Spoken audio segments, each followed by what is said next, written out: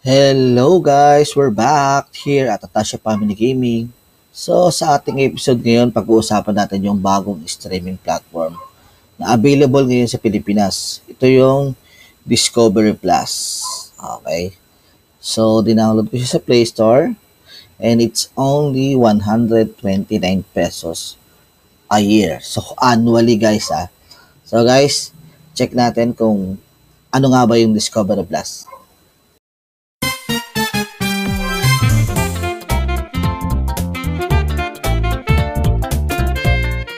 Balik na tayo doon sa Discovery Plus. So, I'm using Google Chromebook actually. It's a Lenovo Ideal C330. So, dahil may Android app siya na available sa Play Store, may sariling Play Store siya. So, na-download ko to. So, pwede rin naman ito sa web browser kung ayaw mo mag-download ng app. So, sa akin, mas comfortable ako gamitin yung Android apps sa Chrome OS. So, ito yung Discovery Plus guys. Pag-usapan natin. 129 pesos annually. So, 129 pesos a year. Meron ka ng streaming platform na pwede mong mapanood yung mga Discovery Plus originals, HGTV,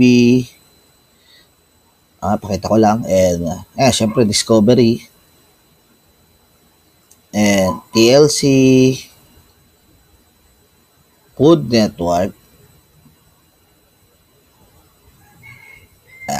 ayan, Asian Food Channel, ayan, Animal Planet, can you imagine that? And, ayan, History, Pawn Star all the way, diba? Pawn Stars hindi Porn Star BBC Channel, Asia, ano ba to? Discovery Asia, and so forth. So guys makikita nyo maraming channel na pwedeng pagpilian. So guys, ano nga ba muna yung Discovery Plus? So ito is bagong streaming platform ngayon na available sa ating bansa. So nag-offer sila ngayon ng bagong promotional. Hindi ko alam kung hanggang kailan pero 129 pesos a year. So kung magsasubscribe ka ngayon, next year ka pa magbabayad ng kanilang regular na subscription plan, which is 999 pesos. So guys, yung 999 pesos a year actually medyo okay na rin yun.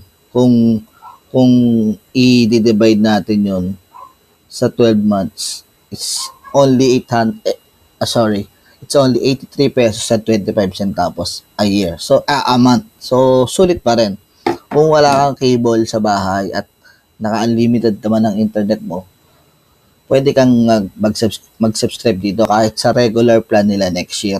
So, kung gusto mo naman mag-subscribe ngayon, mag-subscribe ka na kasi 129 pesos lang. Makukuha mo siya, yung subscription plan. So nga pala guys, pwede nga palang mag-create dito ng profile ala Netflix. Ba? 4 profiles pwede ka mag-create. At sa pagkakaalam ko, 4 profiles, 4 device stream at the same time, pwede rin dito. So, kung marami kayo sa bahay, yan, si mami, si kids, ikaw, si daddy, di ba?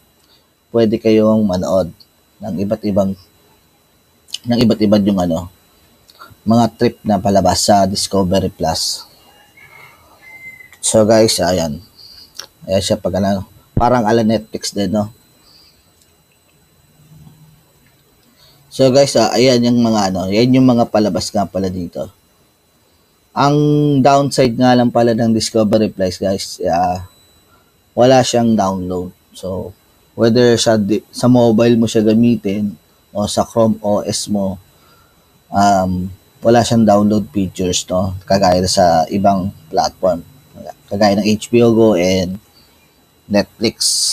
So, dito, kailangan mo siya talagang panoorin na nakabukas ang yung data connection or Wi-Fi. So, ano-ano nga ba yung mga mapapanood natin? So, napag-usapan na natin yung mga channels, no? Guys, hindi ito yung mga live TV na channel, inuulit ko lang. Ito yung mga content na meron sila na nakuha nila sa History Channel, TLC, Discovery, Asian Food Network, so on and so forth. So guys, lahat ito ay mga naipalabas na o pinapalabas yung iba, may mga bagong content na dumadating. So ayun, hindi siya live channel nakagaya sa cable. So hindi yun kagaya nung sa HBO Go na may live TV sila kagaya ng HBO channel mismo. And yung mga HBO channel yan, live, pwede mong panood ng live. Ito hindi, puro mga content ito sa iba't ibang mga network, iba't ibang mga production na available sa isang one plot. Balik tayo, no? Available yung mga channel na to sa isang platform which is the Discovery Plus. So guys, kung ako sa inyo, mag-subscribe na kayo. Recommended ko to dahil ang dami ng content, no? Sa murang halaga. Pwede nyo subukan kasi 129 pesos lang. Ma-access mo na yung mga palabas na to, mga channels na to, na makikita mo lang sa cable, di ba? And sa ibang platform, meron din yan sa Apple TV Plus. Tulad yan sa Apple TV Plus, pwede kang mag-add ng channel doon, di ba? History.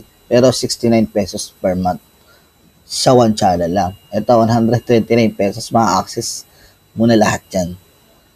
So, bahala ka na lang pag-isipan kung itutuloy mo pa siya, yung subscription mo. Next year. Next year pa naman You have 12 months to decide. You have whole year. Diba?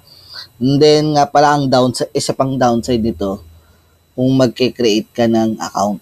So guys, ang recommendation ko, mag-create po kayo ng account sa mismong website na po. Sa browser nyo po. Wag po sa app. Kasi po, hindi ko alam, siguro, sa dami siguro ng nagda-download at nagsasubscribe, nahihirapan yung app, no? Hindi, nag-error lagi. Whether gamitin mo yung mobile number pang register or yung email mo, talagang hindi makaka-create na account. Yun din yung nireklamo ko nung una sa kanila Kaya nag-suggestion ako dun sa Play Store. Sabi ko sana yung fiasco sa account creation sana ma-fix nila. Kasi talagang hassle talaga. Doon pa lang parang ayaw ka na. Pero nung sinubukan ko doon sa website ako sa browser mismo, ginamit ko yung browser. Doon ako nag-create na account. And then, nag-subscribe ako. Then, nilagin ko pala muna sa aking app, Discovery app sa may Android phone ko. Then, doon pa lang ako nag-subscribe. So, yun guys. Yun yung technique doon. Yun yung tip. Create muna sa web browser.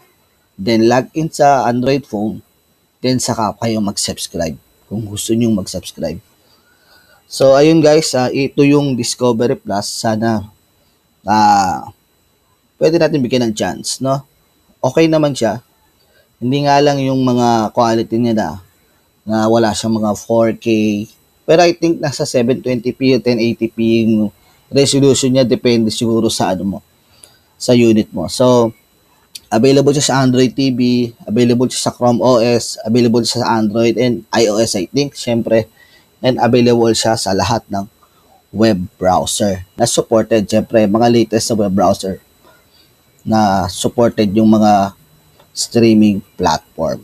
So guys, hanggang sa susunod na episode, ito ang Katasha Family Gaming. Hanggang sa susunod ulit and bye-bye!